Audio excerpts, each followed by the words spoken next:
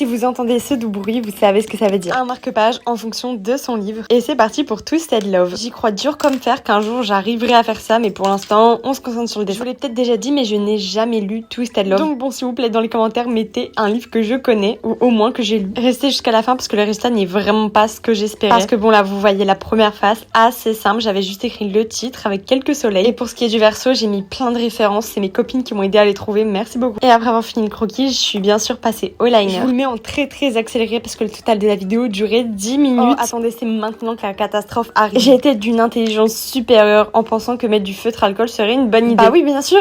Et ça transperce pas du tout, évidemment. Bien sûr que oui, qu'il y a une grosse marque derrière. J'ai pas fait la même erreur pour le reste. C'est crayon de couleur obligé ou alors feutre à eau, comme vous pouvez le voir. Donc quand j'ai dû passer de l'autre côté, j'étais évidemment dégoûtée. Je savais pas trop comment arranger, donc je me suis un peu débrouillée. Vous allez voir, c'est un peu différent. C'est pas trop moche, mais c'est un peu bizarre. J'ai utilisé la même technique que la dernière fois pour faire des marques. Il fallait quand même que je rappelle le bleu du livre que j'avais totalement oublié. J'ai fini rapidement et voici les résultats du devant et de l'arrière.